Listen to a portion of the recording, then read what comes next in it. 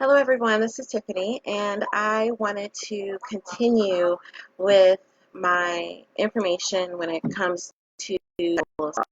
This month, sexual assault month. And last week, I sexual awareness everyone here live last Thursday, and I wanted to continue sharing information that's going on in our causes or issues that are present. So I'll be doing this now on a weekly basis. I hope that you will continue to join me. It's not only going to be education, hopefully it'll be fun as well. And then I also will be sharing excerpts from my book, Reality Check, A Survivor Story. So this week we are going to be talking about risk factors for being a victim of sexual assault. I wanted to start off today's sharing with you with some pages from my book, Reality Check, A Survivor Story. As you know, Reality Check is a survivor story about a victim of sexual assault who is the main other deal with some trauma in their life. So this is not only a survivor story though, it is also a love story. It is very intense, it is very drama filled, and the main character, Tony Brown, is the main character. She's also the victim of sexual assault, but she's an advocate in her community, and the victimization that she goes through in the book leads for her to try to reassess who she is. So if you've ever been a victim of anything, whether it's sexual assault, domestic violence, crime in your family, or even a car accident, sometimes you look at yourself a little bit differently afterwards, especially during the healing process. And a lot of times, some of that healing, you have to look at yourself as to what was happening in your life or your situation at that time. What are some things that you can do differently in the future? And what are some things that you might need to change about yourself? But then also just having that healing time, sometimes you might end up being a much better and stronger person than you were before the victimization happened. So I wanted to read you a couple of pages in Reality Check, and I'm on page 178 for anyone who has the book. If you are on Kindle, I believe it's on page 177. And this is during the time when Tony is meeting with her lawyer for the first time before she goes to court um, to face her attacker or her abuser, however you want to call him. Okay? So let me see. So I'm going to start again on page 178, and I'm going to read just 2 pages, okay? And then we're going to talk about some risk factors. And I picked these pages because she is being questioned by the lawyer about the events of what happened to her, okay? So let me see.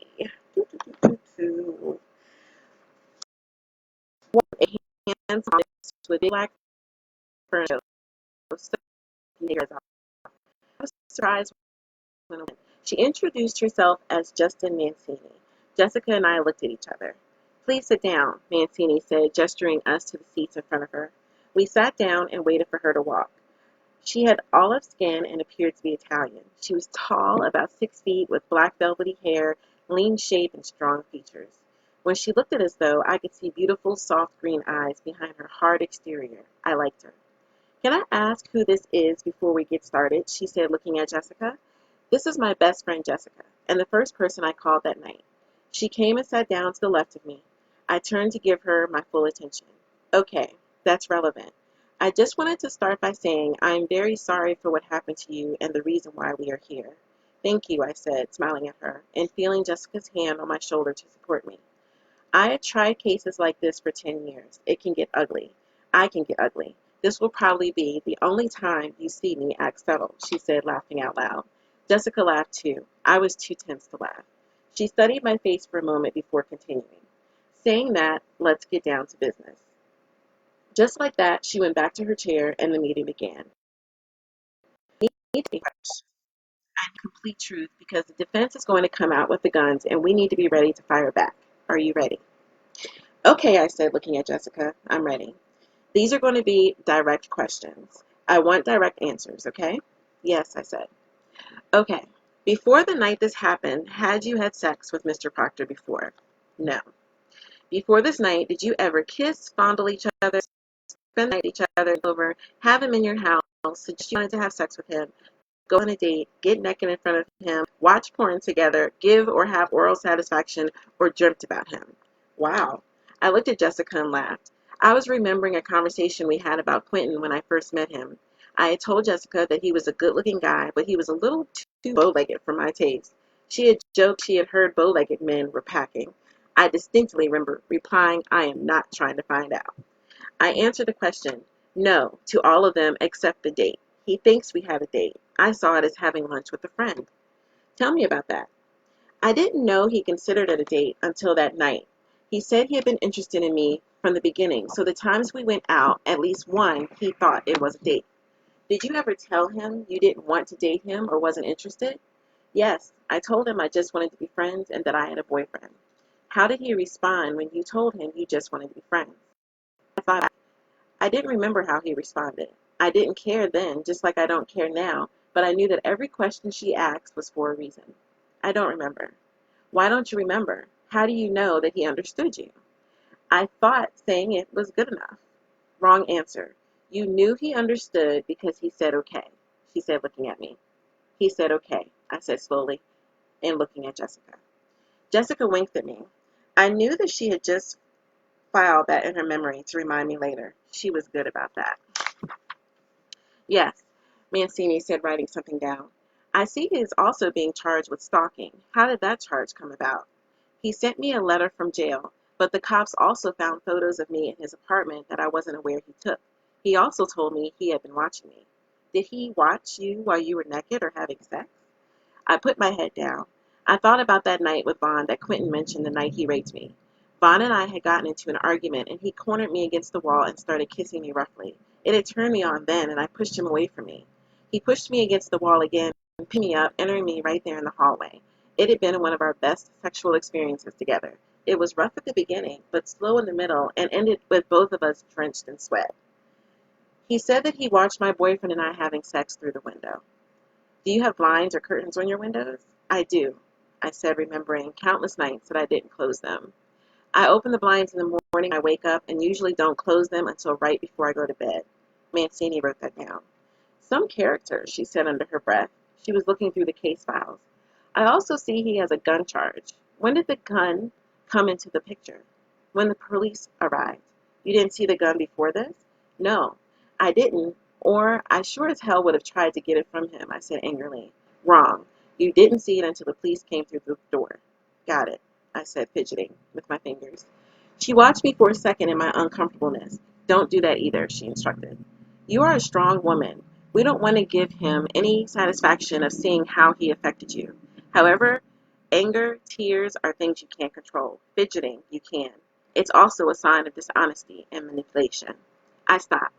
The rest of the questioning pretty much went the same way, with her correcting me where needed. Jessica was quiet the whole time and occasionally would rub my back or write something down herself. So, in reading those pages, what were some risk factors that you were able to identify? What do you think?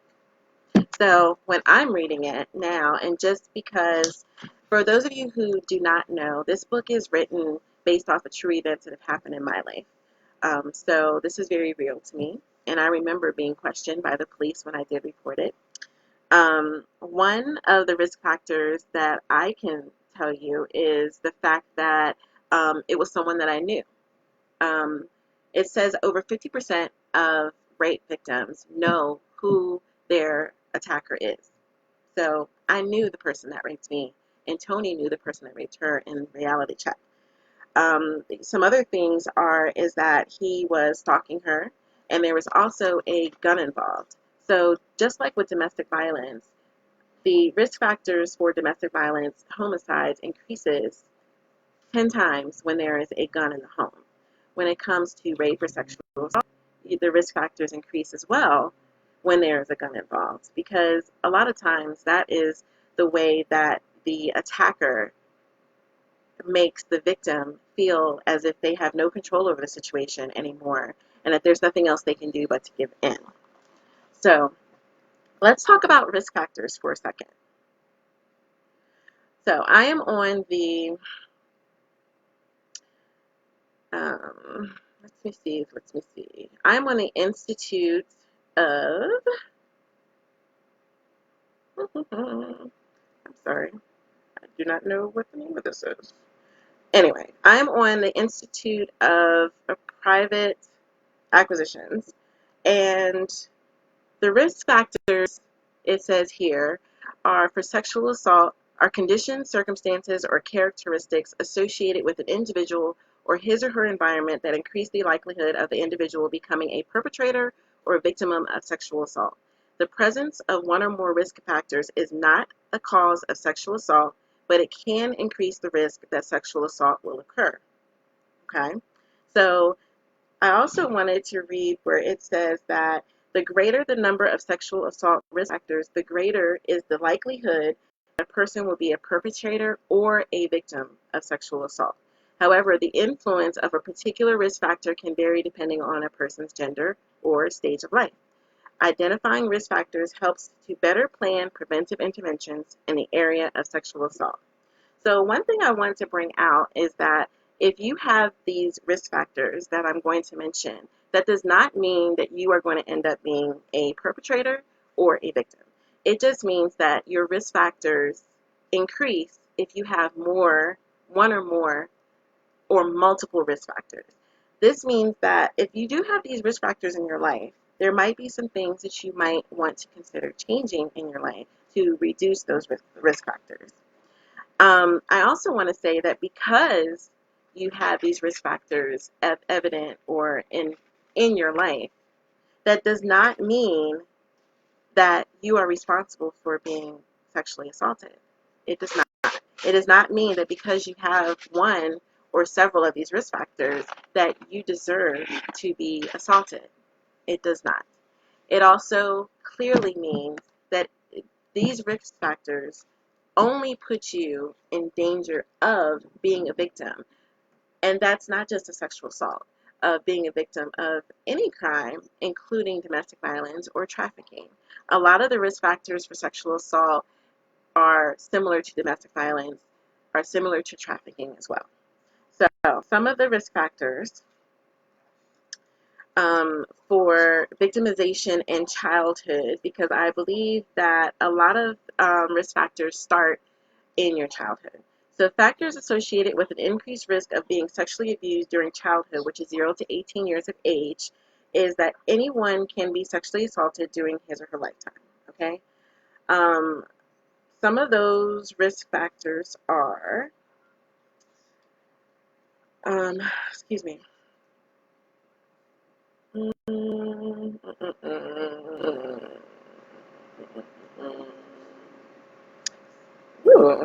Okay, so the individual factors are that the most consistent reports for females between the ages of 6 and 11 are having experienced physical or sexual abuse in the past, having special needs such as being handicapped, intellectual disabilities, chronic illness, or mental health problems, and then also being in a house where there are males that are older in the family who are not related living in the home, and then also being in a home with a parent who might have been sexually abused.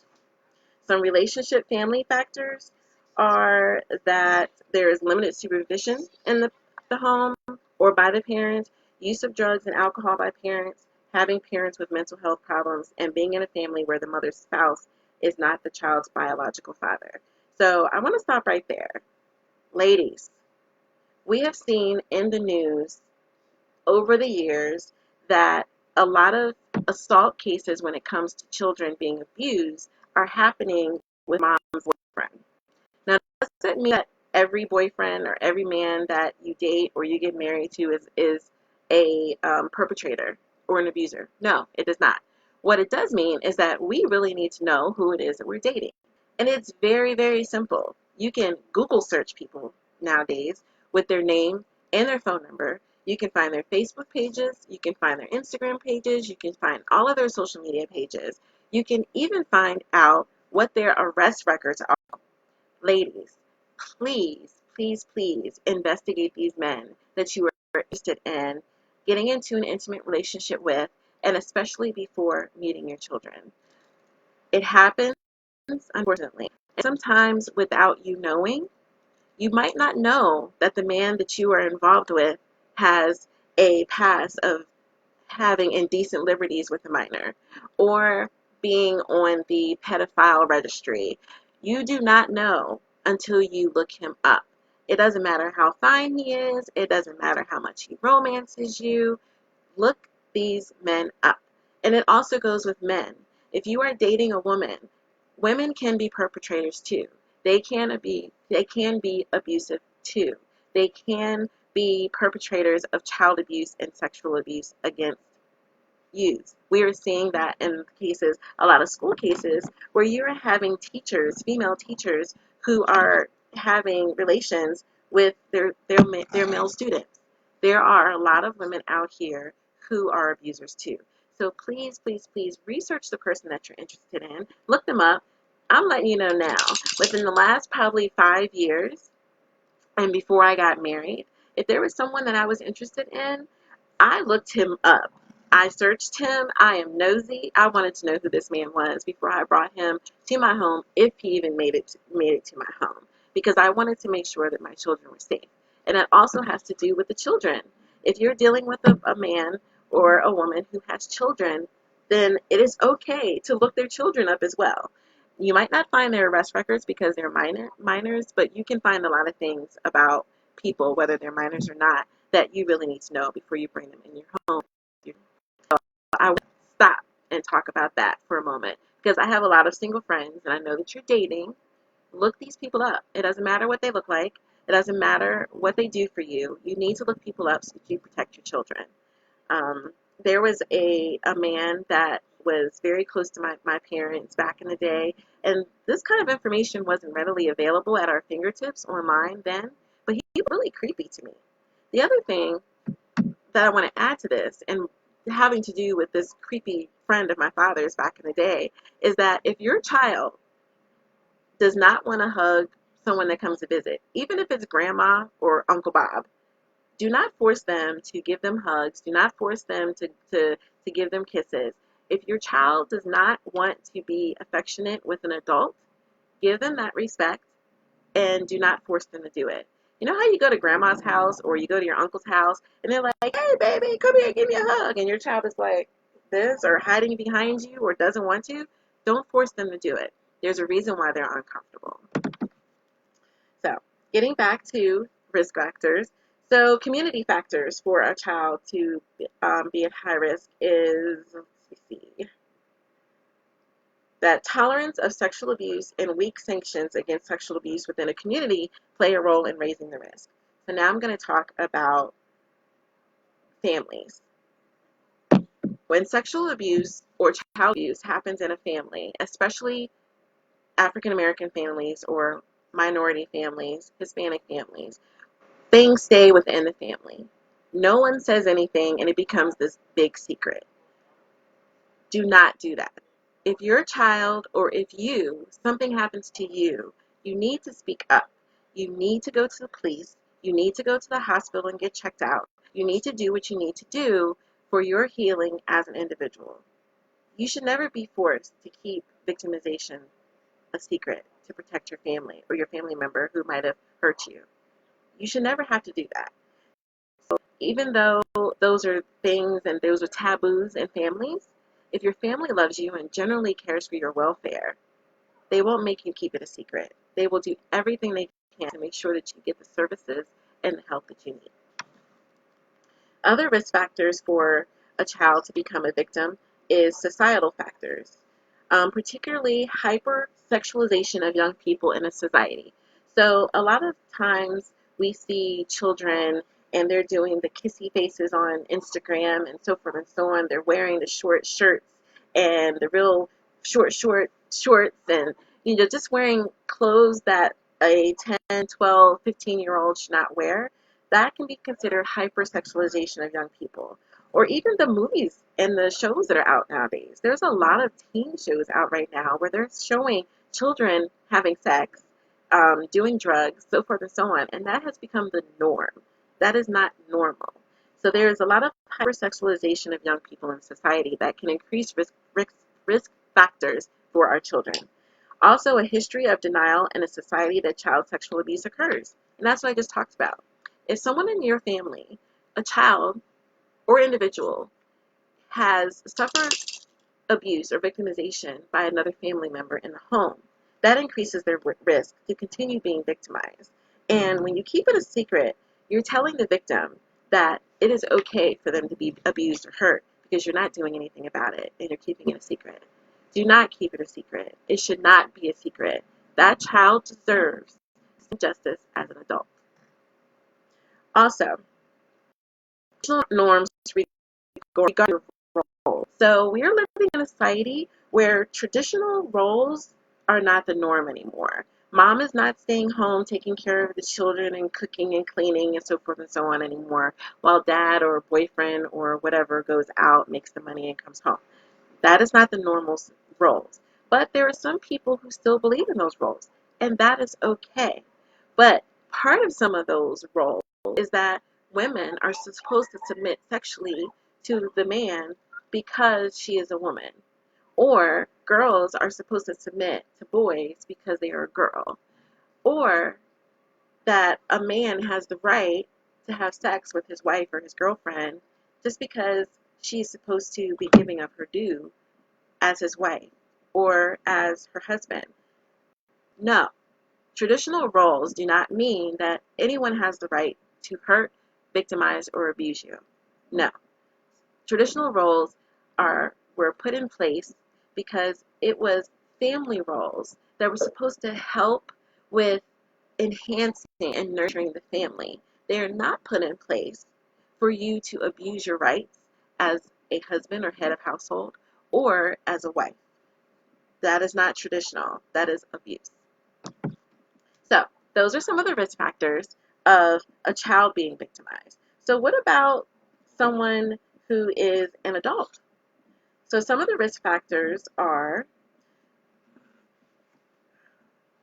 and I want to say this first. The risk factors associated with being sexually assaulted have been studied primarily for female victims and are related to a wide range of sexual assault situations, including intimate partner sexual assault in a conjugal context.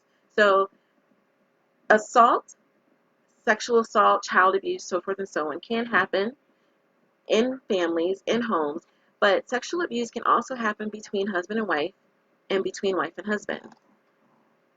Unfortunately, that is something that I have witnessed being an advocate out in the community, that husbands, not only are they perpetrators and they are abusive with their hands and their fists, but they are also abusive when it comes to sex.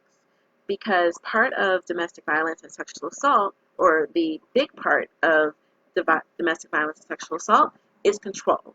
And being able to control someone sexually is just as powerful to the perpetrator as being able to control victims with their fists, with their hands, and with their mouth. Okay? So we want to keep that in mind. That abuse, sexual assault, sexual abuse can happen between a wife and husband. Or if you're in the LGBT community, it can happen between partners. It can happen. Okay? Individual factors for an adult. There are consistent reports that the factors include being a woman, unfortunately, being young. So there are the majority, or not, I'm not going to say majority, a large amount of cases happen between women between 15 and 24 years old. That does not mean that you cannot be a victim of sexual assault before that age or after that age. That is just a very big chunk in sexual assault cases. Having been maltreated in childhood. So if you are an adult now and you were treated badly or abusively as a child, then your risk factors go up. For me, that was the case for me there were some situations in my life growing up that there were some abusive things that were going on, and I was also a victim of rape when I was 13 years old. So as an adult, because I didn't get the help that I needed as a child, I was a victim of rape again as an adult. So having been maltreated in childhood, having already been a victim of sexual assault, which is what I just said, using drugs or alcohol, and working in the sex trade. All of these increase your risk of being a victim of sexual assault.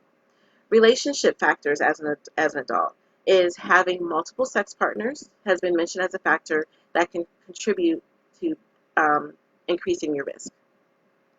And again, also being sexually assaulted as a child. Community factors associated it with is the likelihood of being sexually assaulted as an adult is tolerance of sexual assault and weak sanctions. So we see sexual assault in the media, in movies, all the time, where women or men, LGBT individuals, children are being assaulted all the time, whether it's grabbing the butts, grabbing the tatas, saying sexual things or unwanted comments. It happens all the time in movies, in the media. It even happens in the schools. But then there's just a smack on the hand for touching my daughter inappropriately, or the smack on the hand for touching a person's butt when they didn't ask you to, or the massaging of the shoulders walking by in the office when you know that the person does not want that. All of those things count as sexual assault, but a lot of times there's this slap on the hand and that's it. That allows for the risk factors of being a victim of sexual assault to increase when nothing is done about the small things that lead to the bigger things. Some societal factors are that the presence of an ideology of male sexual entitlement. So if you are living with a man or dating a man and they feel that they are sexually entitled because they are a man. Again, just because you are a man or just because you're the dominant one in a relationship does not mean that you are entitled to sex. It does not mean that you have the right to force sex on someone. And it sure does not mean that a woman has to submit to you just because you're a man. No. A woman submits to someone that she loves and respects. She does not have to submit to, or she will not submit to someone who is abusive, who is rude, who is intolerable. A woman does not have to do that. A woman is only going to submit to a man sexually if she loves you, she respects you, and she trusts you. So, those are some of the risk factors for being a victim of sexual assault for children and for individuals. I want to read you some more pages in Reality Check that point to some of the risk factors for Tony in my book. And let's see if you can identify some more risk factors in Tony's story. So this again is now it's at court. Now it's time for court. And Mancini, who is Tony's lawyer, wants to talk to her and question her again to make sure that she is ready to go in front of the judge. So this is her talking, the judge. It says, I just want to emphasize that you need to remember to give direct answers. Don't volunteer anything, especially during the defense questioning. They will try to rattle you. The defense attorney is a son of a bitch and he doesn't play fair. What is his name? I asked curious. Larry Ethers. I had heard about him and how he practically attacked women in court. Outside of court, he was a player of the worst kind. He was good looking, so that added to his fake charm. Women fell for him first before knowing how harmful his snakebite was. I had a feeling that Justin Mancini was just the right match for him, though. I want to go over the defense questions again, so let's begin. I straightened my posture like she told me to, and was ready, or so I thought. Didn't you invite Mr. Proctor out the night of the incident? Yes. Were you drinking? Yes. I had 2 drinks. She smiled. 2? What were you drinking? I had 2 French martinis. Those can be pretty strong. Did you drive home intoxicated? I was not intoxicated. You had 2 drinks, but you didn't have a buzz? No, I did not. I stopped drinking an hour before we left. Stop, Mancini says. Don't volunteer that part unless he asks. I shook my head, acknowledging that. How long were you at the bar? We were there about 2 hours. About? You can't remember? I looked at her. I saw where this was going. We were there 2 hours. When you left, did you take Mr. Proctor directly home? I received an emergency call from my office, so I went to my house first. No. Answer the question, she said, looking over the rim of her glasses at me. But can I explain why? Yes, but answer first. If he tries to stop you, I will clear it up when I cross-examine. Okay, I said, taking a breath. No, I received an emergency call from my office and I had to go home first. It was that much of an emergency that you couldn't drop him off a block away? I looked at her. I guess I could have, but how did I know what was going to happen? I thought to myself. You can't hesitate, Tony. Yes, it was. Good. So you invited him up to your apartment while you took care of your emergency? No, I didn't. He followed me. He followed you? Why didn't you tell him to wait for you in the car? I didn't know he followed me until I saw him in my bathroom. So you had no idea he followed you into your apartment. He would have had to go upstairs to get to your apartment and open the door. So you left the door open for him? No, I didn't. I was trying to find one of my client files. The questioning went on and on. Some of them tough, some of them made me mad, others made me stumble. I knew she was presenting a reality situation for me. I hope I would be able to handle it in court. We would find out soon. We went to court in 2 days. So, in that right there, what were some of the risk factors? We already know before in the previous pages that